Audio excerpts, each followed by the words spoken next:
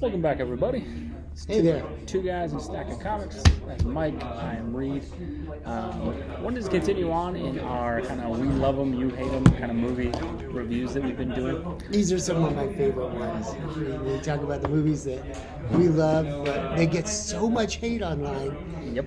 And, the internet's all about the haters get the big clicks. Yep. But, there was a lot to love about some of those early comic book movies, Well, I think it's one of those things where the internet kind of takes over at some point. It's like when these came out, they got some junk. It's over the years as it went, these things became seen as worse and worse and worse. To a point where it just becomes almost like a joke. And so one of the ones we wanted to cover, probably the most controversial one that we've had, is actually going to feature Daredevil. We're talking about the 2003 version starring Ben Affleck, Jennifer Garner, Colin I think there's Farrell. a lot of hate for Affleck. Yep, a lot of hate for Ben Affleck. He took a lot of heat for this for years. Yeah, and so, I think as the hate grew for Affleck, I think the hate for the Daredevil movie kind of grew as well. Yep. No, I mean, and it haunted Affleck even to when he took on playing Batman in 2013, 2014 when he got that role. People were still like, how can you hire the guy who ruined Daredevil?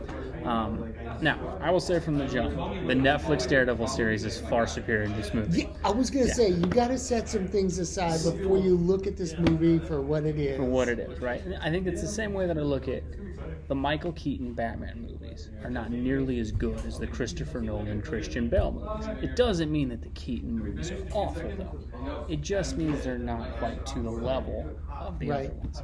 And so, with this Daredevil adaptation, look, there are all kinds of problems with it. I think we'll address those as well. But overall, I would say just kind of setting the stage for this one. When this came out, again, comic movies kind of in their infancy. We had mainly Batman and Superman to this point. There had been a successful X-Men movie and a successful Spider-Man movie. But in 2003, kind of riding the wave of X-Men and Spider-Man, we got a Hulk movie, we got Daredevil. There was all kinds of expansion going. And so this was still one of the early Marvel serious big budget. They were testing the waters of what a comic book movie might be. And I think you can kind of sense that in some of these older movies, and that you can kind of tell Hollywood was like, we don't really know what to do with this story. Absolutely. So how do we Hollywoodize it a bit? Because a blind guy running around in a devil costume, we need to change that a bit. And they definitely did some aspects of it. And this is the road where Hollywood can either go right or very wrong, right? When they try and Hollywoodize. And I will say there's some aspects of this movie that I didn't know that they Hollywoodized. Yeah. That actually turned out pretty good. But of course, there are some other ones. So off the jump, we can deal with some of the negative aspects of this movie to kind of get those out of the way and talk about what we like. The soundtrack in this movie is this is 2002. It is that Nickelback, angry kind of half pop rock stuff. And it really puts you in the mood for nostalgia. Like, I was going down a tunnel of Earth calling 2002, please. And it does give it a little bit of it's a very dated feel. Yeah, dated feel about the soundtrack. Also, there is a playground fight scene in the movie that is atrocious. It is cringy. It's not good. It's one scene. People kind of act like that's the whole movie. That scene is awful. Not defending that at all. They'll run with that scene. But you could tell that's one of the ones where they tried to Hollywoodize and put a traditional Hollywood meet cute kind of with thing into a superhero, and it just kind of, And then lastly, Bullseye in this movie does not work. It's a good actor playing the role, but his portrayal, the way it was written, is not real great. So I think off the jump, those three things, you won't get any disagreement. If your entire basis of the movie stinks is those three things, then I guess, yes, I would agree with those things. Yeah. However, I do think there's a lot of very, very, very solid stuff in this movie. And then when you're trying out this new genre of superhero movies, when you're trying that out and you're trying to feel your way through it cinematically, you're bound to make some missteps. Mm-hmm. And we just did the review on the Hulk movie, where they did a few things wrong and they were trying. This is brand new. You've got to remember, guys, this is brand new.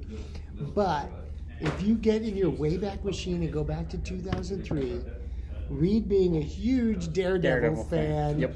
I can only imagine how excited you were when this movie was coming out. In a weird way, like, Daredevil's my second favorite character, Batman's my favorite, and then Daredevil's second. I couldn't even believe he was getting a movie. Right? I remember seeing the trailer come out and like that's an actual real thing that's happening. Because again, pre-internet, right? You went and saw some random movie and like, oh my gosh, there's a trailer for a Daredevil movie. Like, when does that come out? Right. And it was again back when you didn't have a lot of access to watch the trailer a million times online and stuff like we have now. I remember going to the theaters multiple times and being so excited when I got a movie that had the Daredevil trailer. I bet the cuts were pretty good for the trailer. And the trailer wasn't cut bad. I don't remember.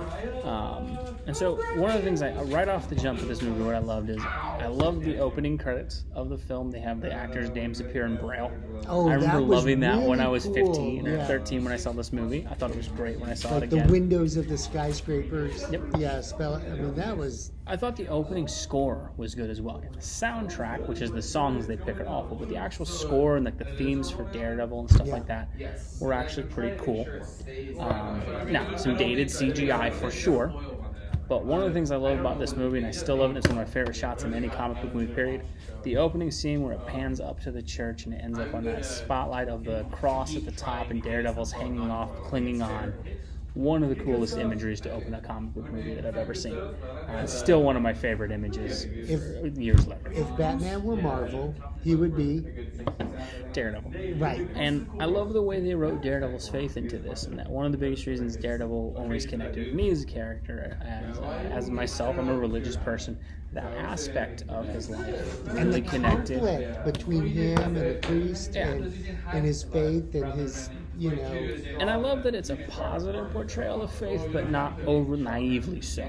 It portrays the complexity of someone who lives their life through that faith, but then having to step outside of the lines as Daredevil does. And I thought they did a good job of showing the conflict both in his faith as well as being a lawyer in this. I will say as well, one of the things I would recommend to anybody watching this, watch the director's cut version of the movie. The theatrical one cuts a lot of stuff out. There's a lot more about him being a lawyer in the director's cut that directly ties into the plot. It really, really improves the overall movie. But overall, Affleck gets a lot of junk. You're watching this, it's so hard for me to figure out why he's so hated in this role.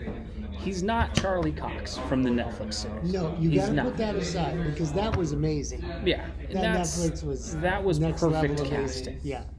Affleck's not bad though, and he gets so much junk. But I think one of the cool things is like you can tell he does care. It's not a movie where he phoned it in. Like he got in shape for the role. He did play the scenes very committed. It's not the greatest acting performance I've ever seen, obviously. For a comic book movie, and again, it's one of those things where sometimes I think folks try to jump on these acting performances. You got to remember the genre it's in. You're playing a guy in a costume punching people. This is not like an indie movie exploring themes and trying to win an Oscar and stuff like that. It's a big budget popcorn flick about a guy in a red costume punching criminals. Right. And so for that, this is fun. I think it's absolutely fun. But that's what the comics are. Yeah. That's why you buy a comic book. And I think somewhat of the conflict of people trashing this is I do think this Daredevil movie has a lot of scenes that kind of get trashed a little bit, but would be right at home in a comic book. And so I think they did a good job of capturing a lot of the spirit. Hulk too. It's like, people think that, because it's a movie, it has to be this or that, or this has to be more realistic or that. Not really. I mean, comics are not realistic. No. If you haven't noticed already. In real life, if toxic waste get in your eyes, you're just blind. You don't get the enhanced senses, and Jennifer Garner doesn't become your girlfriend. Newsflash. It's kind of, you have to deal with it. It's fantasy. And so you gotta be able to roll with it. If you can't roll with it, maybe comics or comic movies aren't the right medium. And it's not to excuse some of the dumber things in this movie, which there are some. Yeah. But I think at some point we kind of allow a little bit of silliness on things we like, and then on things that we've determined we don't, people kind of absolutely reject it. Yeah. Other stuff I really liked, just so I gotta get him. I thought Michael Clark Duncan as the Kingpin was absolutely fantastic. And it's one of these things where he was perfectly cast, wasn't he? you can change how a character looks if you capture the spirit of the character. He was perfect. And Michael Clark Duncan, the physicality that he brings to the role, the menacing nature that he brings to it.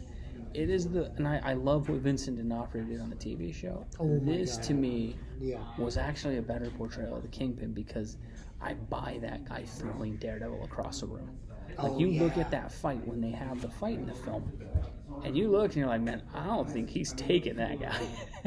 And it's Michael Clark Duncan was so physically imposing in that role, and that always felt right to me about Wilson Fisk.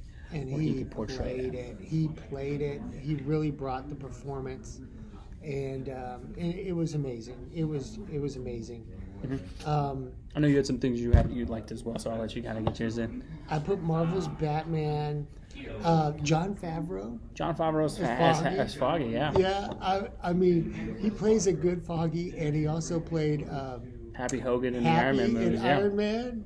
I thought that was really cool. And Kevin Smith makes a cameo. Kevin Smith, a lot of good call-outs. Yeah, Kevin Smith makes a cameo. He wrote Daredevil comics. A lot of really cool stuff like that. I loved. My favorite part of the movie was the origin story of him and his dad. Mm-hmm. That was the heartfelt part of the story.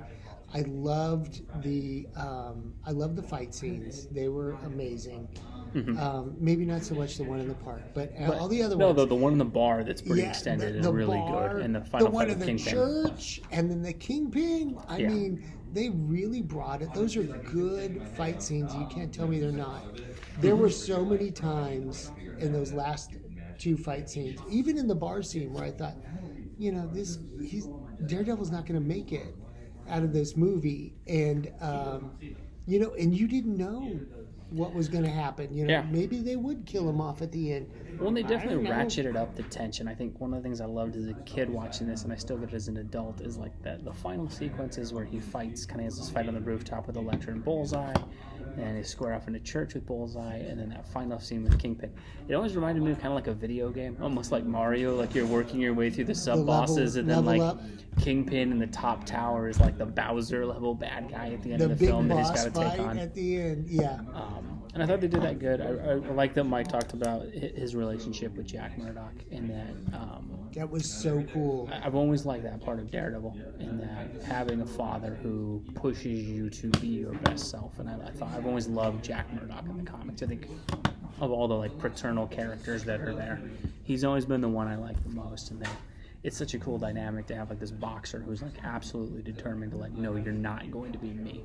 Yeah. And then that inherent conflict of Matt, because of what happens to his dad, kind of again, and it adds a layer of conflict to Daredevil. And I've always liked that about him. He's a character that his profession as a lawyer, his commitment to his father not to fight, and his faith always conflict with him being Daredevil. But him ultimately realizing, no, it's still the right thing for me to be Daredevil. Yeah. And I've always loved that conflict. I think it's what has made Matt Murdock such a fascinating character since he popped up in the pages of Daredevil #1 right here. The quiet confessional scenes where he's working out with the priest, like, sharing his conscience, and it gave it a very internal feel to it. Mm-hmm. It was really well written, and I noted the script, Mark Steven Johnson, the director, and I thought it was really cleverly written how they developed the depth of character. Yep. And then it didn't stop at the beginning of the movie. They carried it on through, and even at the end, the end fight. And then, there were so many times when, and I think that was an important part of why I liked the movie so much when it came out, is because there were so many times when I thought Daredevil was dead in the water. He was down and out. He wasn't going to make it to the end of the movie, and you didn't know back then, like. Oh, you didn't know Daredevil 2 would happen or something like that. Yeah, this was pre-internet, really. Yeah, the internet's there, but it's in its infancy in 2003. You didn't know like what they would do with a superhero movie, especially with like a tier 3 character like Daredevil. maybe they would kill him off. So I was genuinely, invested in those fight scenes and amazed when he came back and found the will, and It's a good character story. I think the other thing the movie does, I think they add a couple things in that I really liked. I love the way they portrayed Daredevil's vision in this movie, the kind of like blue and white sort of way that he sees the world. It reminds me a lot if you play the Batman Arkham games, kind of the detective mode vision that Batman has in those games. Yeah. Like a really early version of that. That was clever how they did that. And I thought that was a really cool visualization for the audience to kind of get how does Daredevil see the world. The TV show did a very similar thing with it, but I thought it was a really good attempt at it. I remember reading the Daredevil comics in the 70s, and I don't think they quite showed it that way. I can't remember. But in later comics, did they show it the way? It shows it a little bit, and they kind of show his sense. It's more like he kind of sees red. But I think for a visualization thing in the movie, I thought that was cool. I also really love that he sleeps in like a sense deprivation chamber with like water. That was an invention. I haven't really seen that in the comics at all. If there is one, I've kind of missed it. But that's one where you can tell they read into the character. But it was like that would work. Like if you had his senses, what would you do? And I think, again, it's one of those inherent kind of tragedies of Daredevil is because he is very much a normal man, just with these enhanced senses. It's not like Superman where he can hear a murder happening 5 blocks away and get there in 5 seconds. Yeah. And so you kind of have that conflict again of, Daredevil's got to sleep at some point, but he can still hear all these awful things happening. And it just adds another layer to the character that I thought they did a really, really good job with. We talk about some of the Easter eggs, the marquee. Yeah. Yes. I'll let you go through those. The marquee came up, and it was Jack Murdock. Jack Murdock versus John Romita. Yep.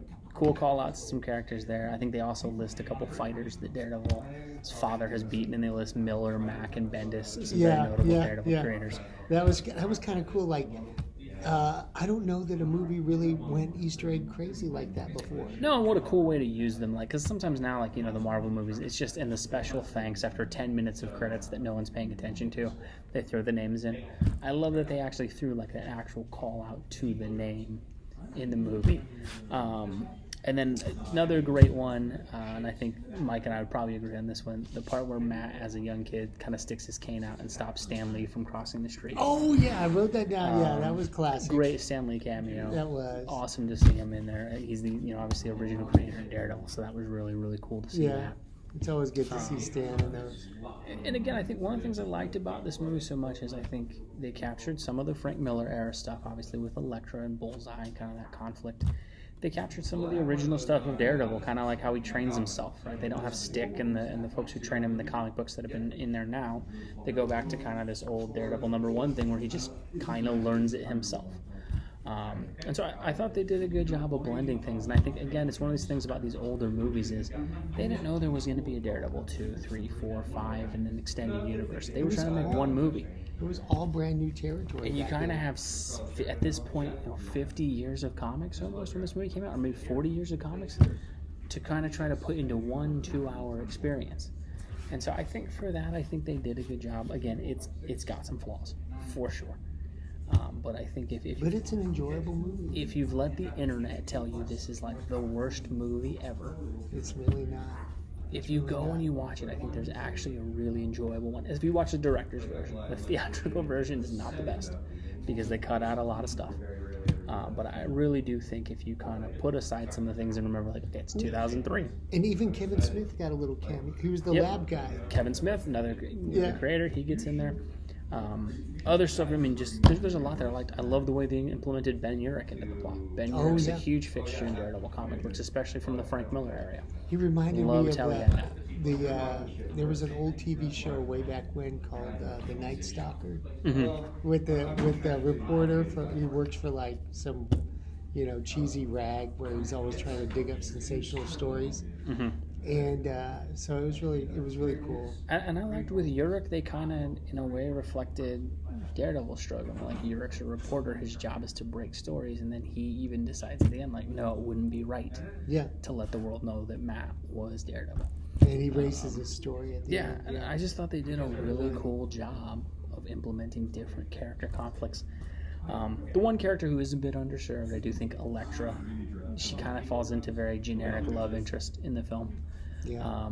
She does get a pretty cool fight scene, and they did put the size and things like that. But I think if you do want to say one part kind of got undercut a bit, it's probably her. But I mean, Jennifer Garner did a really good job, and she had the necessary physicality to play the role. Well, they made it up to her by giving her her own movie, which we may cover at some point. We may cover that one. And never a bad thing to see Jennifer Garner in anything. She's not at all hard to see on screen.